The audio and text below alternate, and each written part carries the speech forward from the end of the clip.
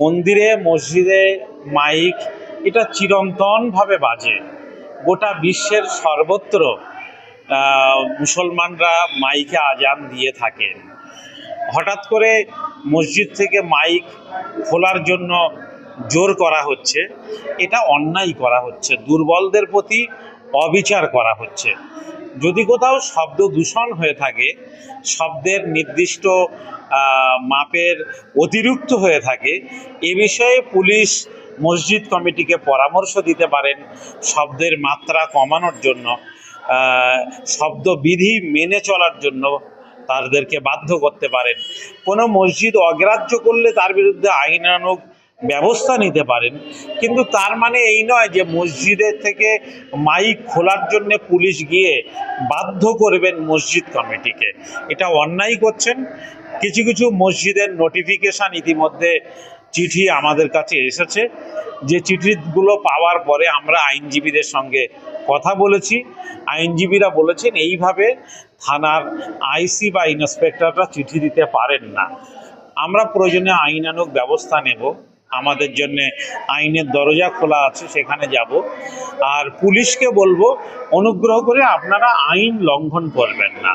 পশ্চিমবঙ্গ সরকারের পরিবেশ দপ্তরের যে শব্দবিধি আছে সেগুলো একজন মুসলমান হিসাবে আমরা কিন্তু মেনে চলতে চাই, এবং আমরা মনে করি যে আমরাও সংখ্যালঘু মানুষ, তারা যেমন আইন মানতে বাধ্য, সংখ্যাগুরু সম্প্রদায়ের মানুষ তারাও আইন মানতে বাধ্য, পুলিশ প্রশাসনে যারা আছেন তারাও কিন্তু আইন মানতে বাধ্য। আমরা কেউই আইনের ঊর্ধ্বে নই, আমরা কেউই আইন ভাঙতেও চাই না। একদম আমরা দেখি, অনেক ক্ষেত্রে দেখি যে যেগুলো নয়েজ সিস্টেম যেগুলো কন্ট্রোল করা উচিত আমাদের দেশে, বিশেষ করে ট্রাফিকের সময় আমরা যখন দেখি যে হর্ন বাজছে বা সেগুলোর ব্যাপারে কোনো রাজ্য পদক্ষেপ নিচ্ছে না। হঠাৎ করে এই মাইকের বিষয়টাই কেন? এটা কি কোনো একটা সম্প্রদায়কে প্রত্যাশা করার জন্য সিদ্ধান্ত? সে তো রাজ্যের মানুষ আজকে বিচার করছেন যে কিভাবে একটা সম্প্রদায়কে শুধু কোণঠাসা নয়, তাদের অস্তিত্বকে সমূলে উৎখাত করে দেওয়ার জন্য একটা অপচেষ্টা চলছে। সেখানে আইনের বাইরে গিয়েও চেষ্টাটা চলছে। এটা অত্যন্ত দুর্ভাগ্যজনক। পৃথিবীর সব দেশেই দেশের নীতি নির্ধারণ সব কিছুই নির্দিষ্ট করেন সংখ্যাগুরু সম্প্রদায়ের মানুষ।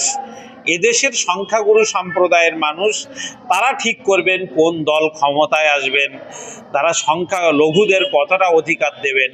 কিন্তু সব দেশে যেমন সংখ্যালঘুদের নির্দিষ্ট প্রোটেকশন আইনসভা এবং সংবিধান প্রণেতা যারা তারা দিয়েছেন, আমাদের দেশেও বাবা সাহেব আম্বেদকর সংবিধান প্রণেতা হিসাবে তিনি সাংবিধানিক অধিকার, ধর্ম পালনের অধিকার সংখ্যালঘুদের দিয়েছেন, প্রোটেকশন দিয়েছেন। আমরা তার বাইরে কোনো অধিকার চাইছি না।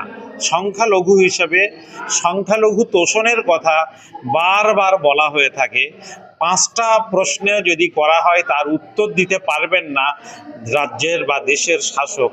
স্বাধীনতার পরে তো কোনো মুসলিম শাসক এই দেশ শাসন করেননি, তাহলে আজকের বলা হচ্ছে যে মুসলিমদের তোষণ করা হয়। পশ্চিমবাংলায় যদি 30% মুসলমান হয়ে থাকে, তাহলে সংখ্যালঘুরা তোষণের সুবিধা পেলে আজকে চাকরির পার্সেন্টেজ 5%-এর নিচে থাকতো না। এ থেকেই তো বোঝা যায় যে মুসলমানদের তোষণ করা হয়েছে, না যুগ যুগ ধরে মুসলমানরা এই রাজ্যে শোষিত হয়েছে।